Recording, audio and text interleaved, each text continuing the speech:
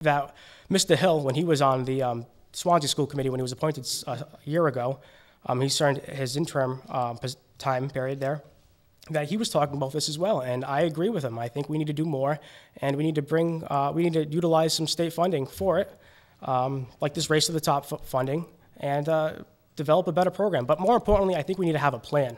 We need a plan going forward for that type of a thing. And when I'm elected, I promise to have a plan. Thank you. We have brought back the automotive program to the high school, and I think that was great because you have to reach all students, but and it's great to have a wish list. I have a wish list too. I'd love to be able to we have, AP courses that we can't offer because only 3 students want them. I'd love to be able to offer them to 3 students and pay a teacher to be in there and teach them. We don't have the funding for it. And, it would be wonderful if we did.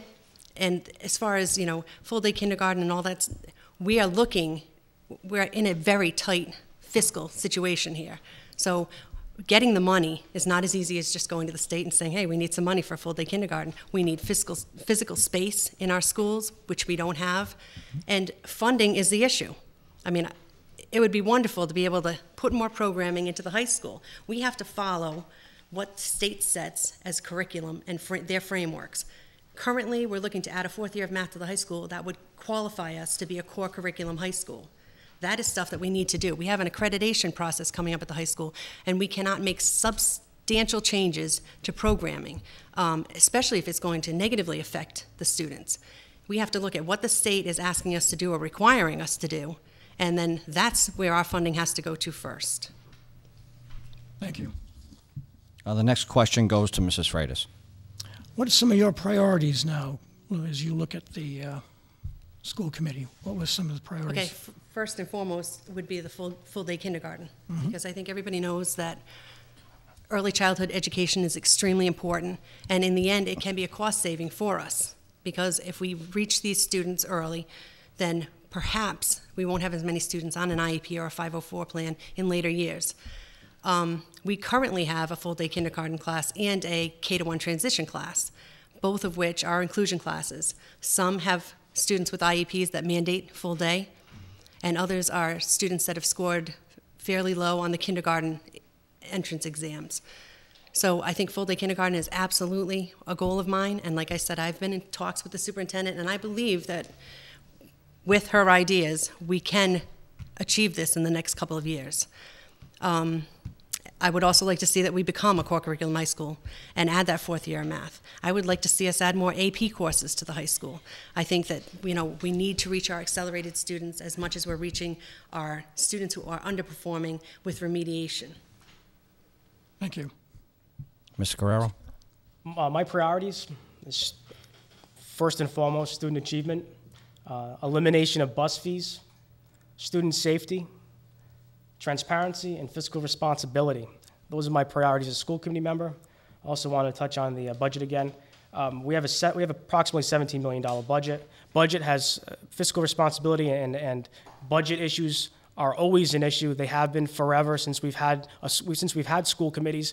I was just writing my candidacy statement for the newspaper the other day, and I'm looking at old candidacy statements, and for the past decade, I've looked at candidacy statements, and I'll tell you, every single one has something about the budget in them. This is not a new thing.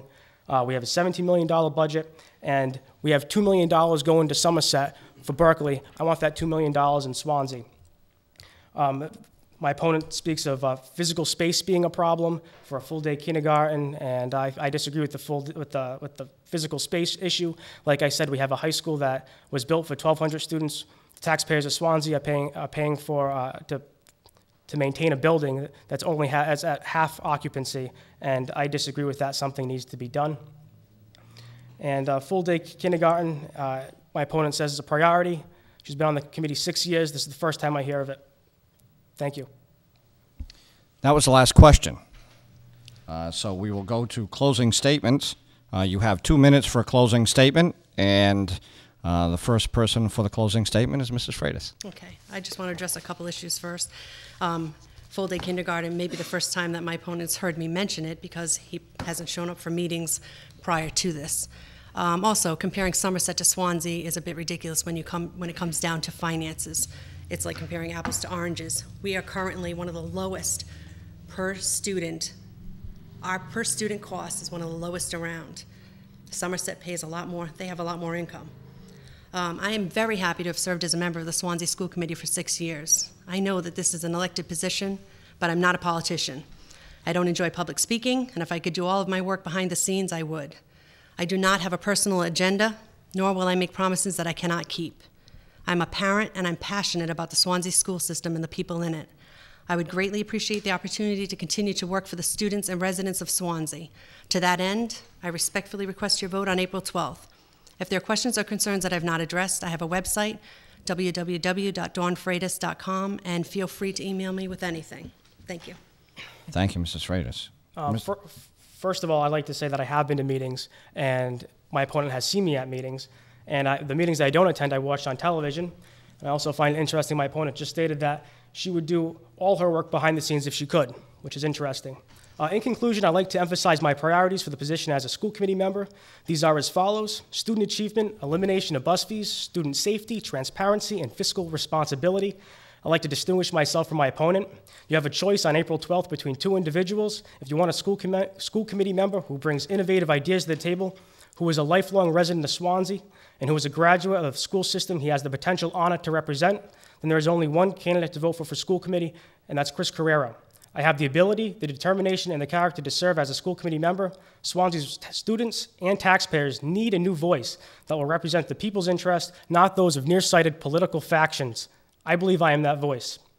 I would like to offer my opponent the opportunity to debate me further on the issues that face the Swansea School District on Swansea Cable Access Television within the next week, so that this debate is held in a timely manner and fashion so that taxpayers can further see where I stand and where my opponent stands on the issues.